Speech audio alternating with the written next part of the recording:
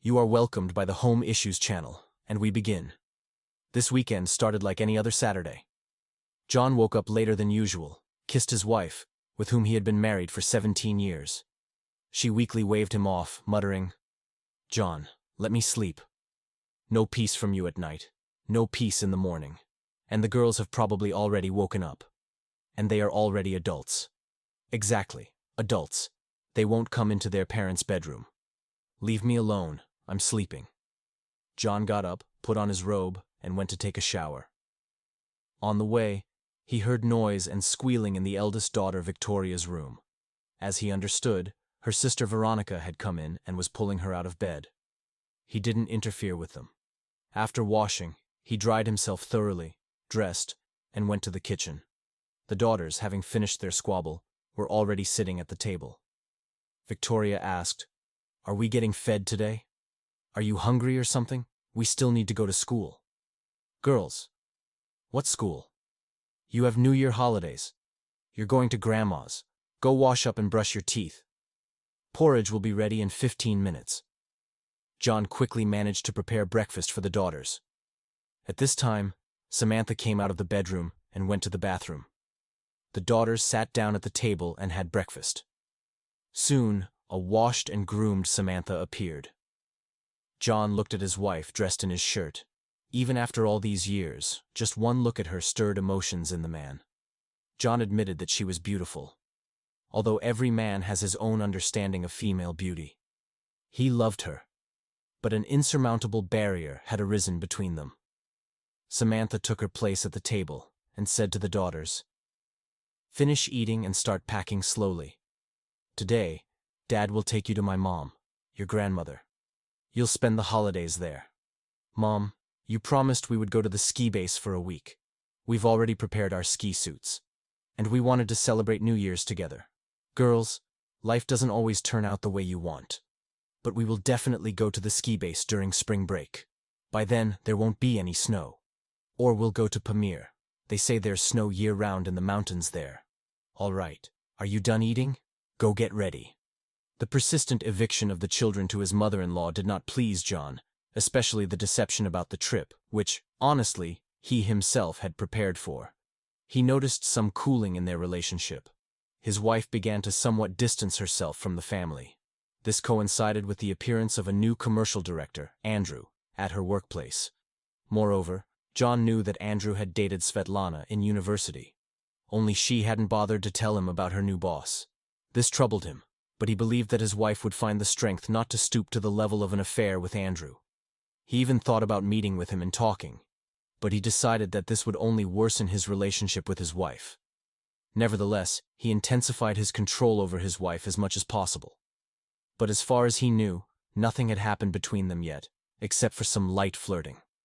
Today's decision of his wife to send the children to her parents meant that something was going to happen over these long New Year holidays, and likely, it would be announced to him. He was ready for the conversation, and to comprehend what she would tell him, he kept a voice recorder ready at all times. When all this began, his tears dried up, and his heart hardened. He saw that his wife was destroying their family. For him, today the main thing was to keep the daughters. John understood that a conversation would take place today. Samantha had to somehow get rid of him, about which Kira had already warned him. But Samantha didn't know that. Before the conversation began, John went to the bathroom, washed his hands, turned on the recorder, and hid it in his breast pocket. Then he returned to the kitchen and sat down at the table. For a minute, Samantha said nothing. Then she looked at John, smiled at him, but the smile disappeared immediately. Taking on a very serious expression, she announced, "John, we urgently need to discuss something." The way she said it left no doubt that John would not like this conversation, but he didn't show it, and pausing from eating, asked, "Is something wrong?" "Vadik, everything is fine. You know, I love you. I love you and only you. And I have for many years. You were a wonderful lover and husband, a magnificent father to our girls. I want to live with you until we grow old. Ah, and die on the same day. And what's stopping us? You know, I'm a sociologist by education. Out of those who graduated from our university, only a few work as sociologists. They use surveys and mathematical data processing to find out what's really happening in society, uncover the reasons for negative phenomena, and give recommendations to improve the situation. Dad, are you and Mom getting divorced? Why did you think so? Dad, we heard everything when you were arguing in the kitchen today, and I'm on your side, and you, Veronica? I'm also for Dad. But where will we live? Girls, we'll live with my mom. I'll take you to school. I'll get your textbooks and clothes. For now, let's get rid of all these silly thoughts and go have fun. You've earned it. Samantha, watching the departing car, grabbed her phone and started calling Andrew. He answered immediately. Andrew, it's Samantha. I have a problem. Speak, don't be afraid. I'm alone. And your wife is leaving tonight? She's going this evening. Right now she's gone shopping, probably getting ready for the trip. What's going on with you? He didn't behave as we expected. He didn't believe me. Who are you talking about? My husband. I offered him what we agreed on. To separate for 2 weeks. And what did he say? It turns out he knows about you and our relationship in university. He said he would divorce me. That's bad, very bad. It will cause a huge scandal. Everything will reach our office gossips. And from them, it will reach Kira. Kira? I'm not interested in a divorce with my wife. And you never were interested. Tell me. What should I do now? And has your husband returned yet? Number. He needs to take the girls to my parents and come back. I'm sure he will return home and won't go anywhere else. Tell him that you decided there will be no temporary separation. I told him, but he didn't believe me.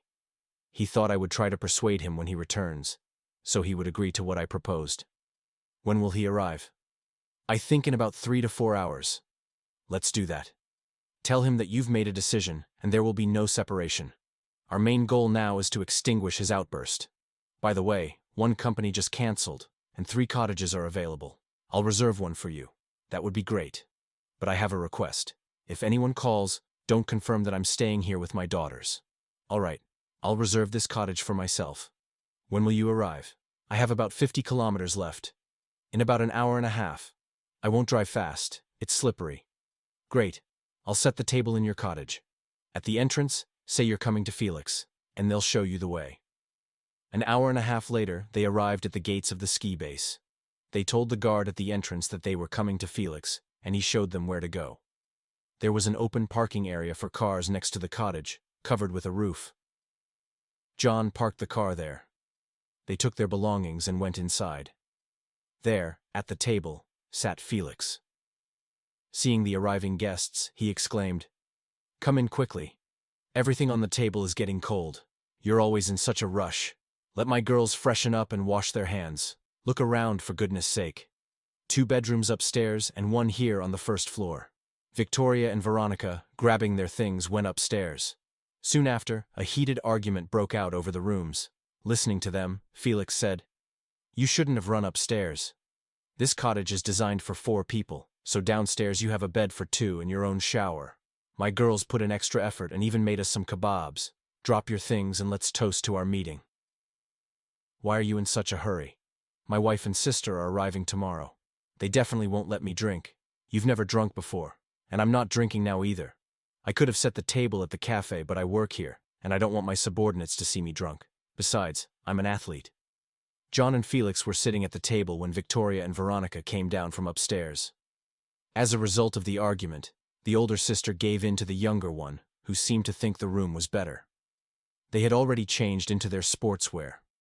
Felix admired John's daughters. He said, "Beautiful girls are growing up." "And where is Samantha? Why didn't she come?" "That's a separate question.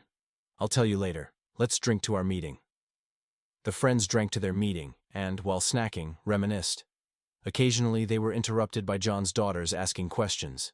Eventually, having eaten their fill, Veronica asked Felix what other entertainments were available at the ski base. "Right now there's a dance party happening in the main building." "Oh, we didn't bring anything for dancing. There's no dress code, meaning no rules regulating clothing. You can go too. I'll call one of my employees, and he'll take you there." Felix called back, and 5 minutes later, a young man came running to pick up Varya and Veronica. After they left, Felix asked, "What's going on with your wife?" "I've decided to get a divorce." "Why is that?" "Do you remember when I was dating her? There were rumors that she already had someone she loved?" "Yes, there were talks, but nothing specific." "Well, that young man has appeared in our city, and moreover, became the commercial director at the company where Samantha works. They started an emotional affair that I didn't notice at first. But he has a wife, Kira, who decided to divorce her husband. She informed me about what awaited me. And today it happened." "Did she cheat?" "No. They came up with the idea that during the long weekend we shouldn't spend time together. And supposedly, this is necessary to preserve our marriage until old age. I've always distrusted sociologists. Generally, sociology is when people who understand nothing about society conduct some kind of research on it.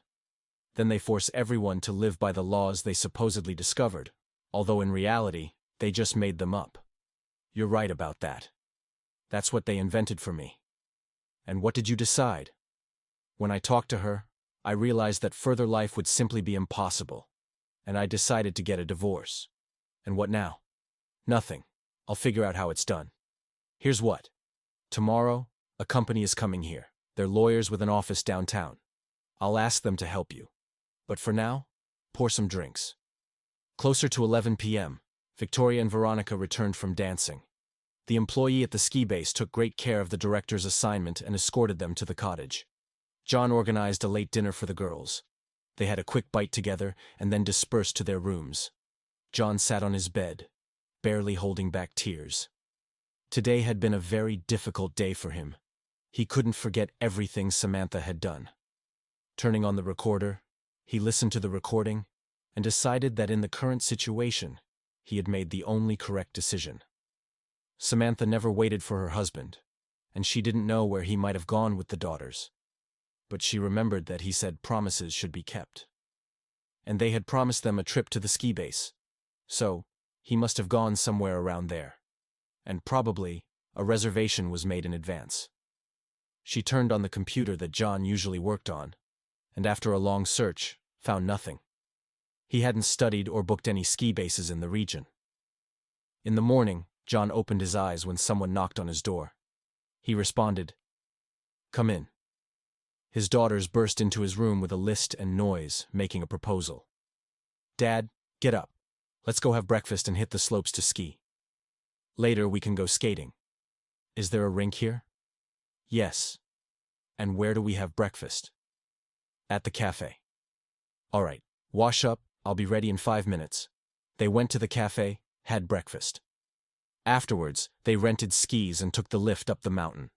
They skied until lunch. For lunch, after changing, they went back to the cafe. There they met Felix with his wife. "By the way," Felix mentioned, "the company we talked about has arrived, and among them is a specialist in divorce cases." I explained the situation, and he agreed to help. "You'll meet today in my office. There's a computer and printer. In short, everything you need. And I'll take your girls with my wife and her sister to the rink. In the evening, if you don't mind, we'll gather at my place. The girls want to go dancing again. And we'll go with them, dance a little. Then we'll return to my place. And if you haven't forgotten, tomorrow we'll celebrate New Year's. We need to gradually prepare our livers for the holiday." Everything fell into place. After lunch, Felix and John went to his office, and soon a charming woman joined them. She was the lawyer. They sat in Felix's office and discussed everything. Natalie explained the current legislation to John, which he knew quite superficially. She dissuaded him from rash actions regarding the apartment, explaining, "Understand, your girls will grow up and start their own families, and then they will have to solve housing issues. This way, they will have their own rooms. But if you move out with them now, a new husband might appear, and court battles will become more expensive and complicated. But I can't imagine living with her in the same apartment. Try to imagine it and propose a property exchange to her. First, explain to your wife that you are filing for divorce in court. And when will the application be ready? You're not in a hurry. Courts also have long weekends. I have my laptop with me. I'll prepare everything for you, and then we'll print it out. Additionally, you can contact our firm. Or you can invite me as your representative at the court hearing. I like the last suggestion. On New Year's Eve, John and his daughters celebrated together with Felix, his wife, and her sister in the large hall of the ski base. They were joined by the group of lawyers. Besides them, there were many other vacationers. Music, fun, dancing. They dispersed at dawn. But John took his daughters back to the cottage earlier. They were tired and already nodding off. John returned to the company, and after everything in the main hall was finished, they gathered at his cottage. They sat by the fireplace and then dispersed to their cottages. The rest of the vacation went as planned. Skiing, skating. Evenings were spent dancing. Eventually Felix asked, "John, how do you feel?" "You know, besides the fun during the day, there were nights when I thought everything through carefully. Today, I'm ready for confrontation like never before." The day came when John and the girls prepared for the return trip. Before that, he talked to them. John explained that they shouldn't lose the apartment. They stopped by the shopping mall and bought groceries. They arrived home when it was already dark. Victoria and Veronica immediately disappeared into their rooms and started moving things from Veronica's room to Victoria's. Samantha appeared and asked, "What are you up to?" "Vika's room will now be Dad's, and Veronica will stay with me in one room." "But why?" John answered, "That's a rhetorical question." "What does rhetorical mean?"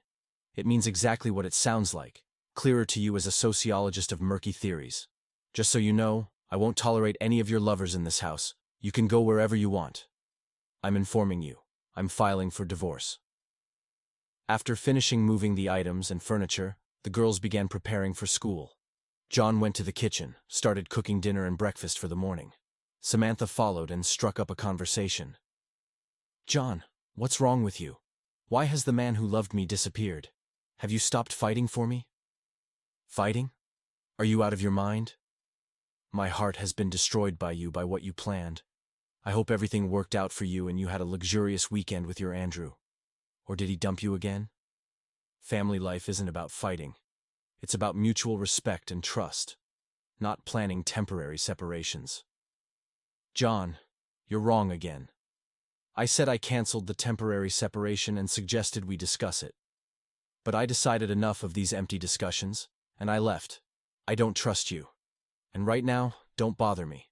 I need to feed the children. But I have something to feed them with. And I don't." No matter how hard Samantha tried, John no longer reacted to her. She entered the girls' room. Victoria sighed and said, "We need to ask Dad to put a lock on the door." "Victoria, Veronica, do you not want to see me?" "You guessed it. Know what? I didn't miss you at all." "Veronica, and what about you?" "Victoria, stop bothering me. I'm getting ready for school." All week long, John, Victoria, and Veronica lived separately from Samantha, deliberately ignoring her presence.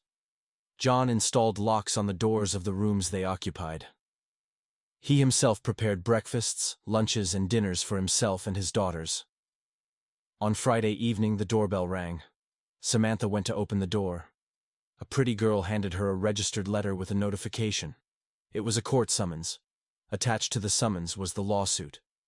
After reviewing its contents, she ran into the kitchen where John and the girls were having dinner, sobbing, and asked, "John, why the divorce? I thought everything would normalize between us. I advise you to find a lawyer and discuss everything with him. Talk to your lover. Maybe he'll suggest something." "I don't have anyone." And Andrew disappeared. He hasn't come to work since New Year's. The girls had already finished dinner, got up, and went to their room without saying a word to Samantha. Samantha continued, "John, I love you and our girls. How can't you understand that? Why do you hate me? What does my love for you have to do with it? I loved you. But I only loved you until I found out you decided to cheat on me with your old friend, whose appearance you didn't even bother to tell me about. I realized loving you is foolish. I wanted to talk to you, but you didn't come home. You want to talk? All right, talk. Tell me about your made-up weekends. How did you plan to spend them? I haven't heard your fantastic sociological conclusions, invented by your buddy, in a while. Tell me your new stories and how you spent these weekends. Did you enjoy it? I think it was cool that your buddy disappeared once again. Well, let's talk about it. John, that's not what I wanted to talk about. I wanted to talk about us. Sorry, I thought you'd enlighten me on a new sociological theory discovered by you and your suitor. But you know, I'm not interested in all that. We can only talk about us in the past tense. There's no us in the present anymore, and you did that. John finished dinner and gathered the dishes into the sink. Hearing the clatter of dishes, Victoria came in and said, "Dad, it's my turn to wash the dishes today. I've just stacked them in the sink. Did you finish your homework?"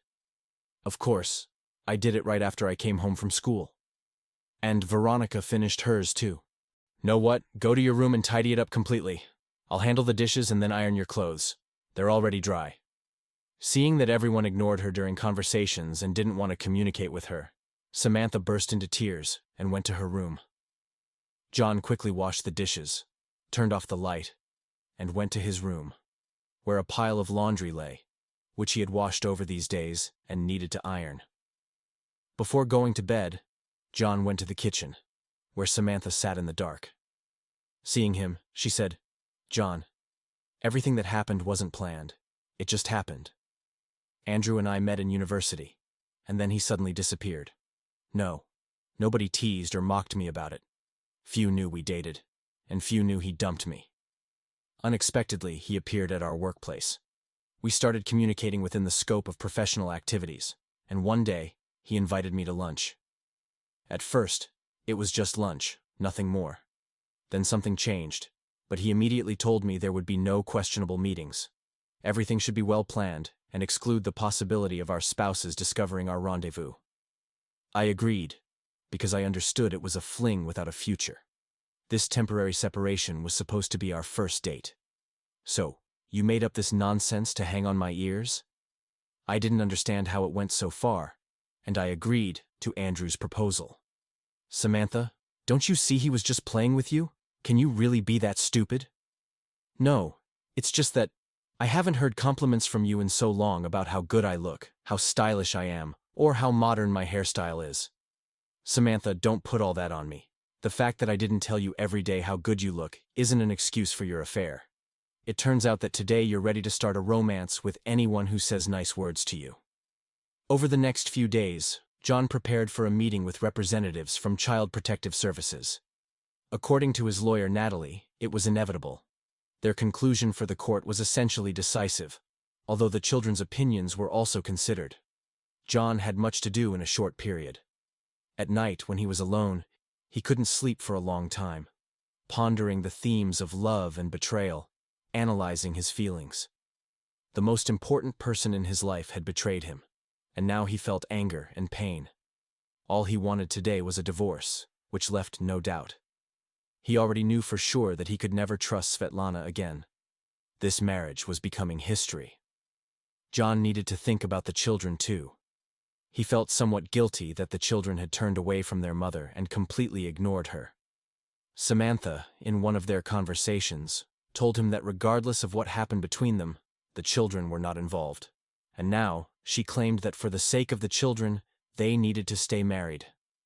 That it would be better for the children if they tried to make their marriage work, to which John replied, "I believe the children should know that their parents love them no matter what. Our girls aren't to blame for what happened. Moreover, they're old enough to form their own opinions about us. And we must consider that I didn't say anything to them. They simply overheard when you were feeding me lies about a temporary separation for the long weekend and correctly assessed everything. John, children can't properly evaluate what happened. They lack life experience and understanding of life. Samantha, I'm proud of our children. They quickly figured out what's happening between us and your lover. They discussed it among themselves, and I don't think their decisions came easily to them. When we were leaving, they were incredibly angry with you. After talking to them, I changed my plans for the long weekend and, in general, all my plans for the future. The girls know what's going on and more than you think. Do the girls hate me? For someone with a higher degree in sociology, you're quite insightful. I didn't expect that. Yes, they know their mother is a cheater, and yes, they hate you for it. You can, of course, try to reconcile with them, but as a sociologist, you studied the branch of psychology dealing with behavioral and activity patterns of people. I hope you know what adolescence is, the period between 10 and 16 years. To refresh your memory, it's called transitional. Kids move from a childlike behavior model to an adult one, experiencing significant physiological changes. How you'll find an approach to them, I don't know. All the time leading up to their court meeting turned into pleas and persuasions, and eventually they met in the courtroom. The hearing was preliminary, and they were given a period for reconciliation. At its end, John offered Svetlana to sign a parenting agreement for the divorce. According to his proposal, the girls would remain with him under his care. Samantha, after listening to everything that was said, declared, "I won't sign any agreement." "Then I'm forced to bring this before the court." "Bring it on. The court will hear me, call the girls, and listen to their opinions, and then make a decision." "Do you understand that it won't be in your favor?" "And you don't know that. Court decisions can be appealed." "Well, good luck." "John, I realize I was a fool. I know what I wanted to do was wrong. But please, understand me. I love you, and Andrew will never be part of my life again. Are you replacing him with another man? Anyway, it's your personal matter. It's your life. Listen, don't cling to words, and you express thoughts more clearly. You're a sociologist." "Right now, sorry, I'm a bit busy." "If you decide to sign the agreement, it needs to be done in the presence of a notary." John's lawyer, who was present during the conversation, said, "John Stanislavovich, as a general rule, an agreement on determining the children's residence doesn't require mandatory notarial certification. This distinguishes it from elemental agreements, which have the force of an executive writ. Though, yes, it is recommended to draft and certify this document with a notary." "Thank you. But she doesn't want to sign anything, and I don't need that either. Simply, as a result, she'll get nothing." The period granted by the court for reconciliation passed. Samantha made desperate attempts to reconcile with her daughters, but nothing worked. After lessons, the girls began studying computer science at school. They returned home with their father. After a light snack, often in their father's room, they sat down to do homework. During this time, John prepared dinner and breakfast for the morning. One of those days, Child Protective Service representatives visited them. They talked with the girls, looked at their room, and drew up a report. They arrived at the court hearing on time. John clarified some questions with the lawyer alongside the girls. Samantha entered the courtroom and sat in her place. She didn't have a lawyer, but she consulted at a legal advice center and with divorced friends, clearly understanding she couldn't save her marriage. During the trial, she answered the court's questions simply with yes or no, not elaborating on the topics. At the end of the hearing, Samantha announced that she was renouncing her share of the apartment in favor of the daughters and handed over the gift deed through the judge. She stated that she had already moved out and taken some of her personal belongings from her room. What remained, she would collect within a week. She requested a recess in the court session to sign the parenting agreement proposed by John. After the recess, she additionally announced, "I'm willing to voluntarily pay alimony to John for the children's support, since I understand the court's decision won't be in my favor." John responded, "To avoid doubts about where the money I receive as alimony goes, I suggest the defendant open a separate account for each daughter and transfer the funds there. I think when they grow up, this money will come in handy for them." The judge listened to both sides and replied, "Alimony and property division weren't claimed in the lawsuit, and the court won't consider them. Regarding the agreement on the children's upbringing and the divorce itself, decisions on these issues will be rendered." The court retired to deliberate. Soon, John and Samantha emerged from the courthouse, divorced. The girls, removed from the courtroom after being heard in court, sat on a bench near the bus stop eating ice cream. Seeing this, John addressed them. "Girls, what are you doing?" "Eating ice cream. It's freezing outside. Couldn't you wait till we got home?" "We took some home too. And we know that eating ice cream in winter doesn't harm health and can even cure a sore throat. But that's a paradox." "No, Dad, the paradox is that it's easier to catch a cold from ice cream in summer. Ice cream doesn't melt as fast and drip like it does in summer. All right, what did you decide in court? In court, we got divorced. You'll stay living with me. Mom is opening bank accounts for you and will voluntarily transfer alimony there. But you'll only be able to manage that money after turning 19. Why 19? Because that's how we decided. Samantha indeed vacated the apartment as promised. She moved in with her parents, where care was needed for her sick mother. With John's consent, once a week, she took the girls to her place, though Victoria and Veronica went reluctantly.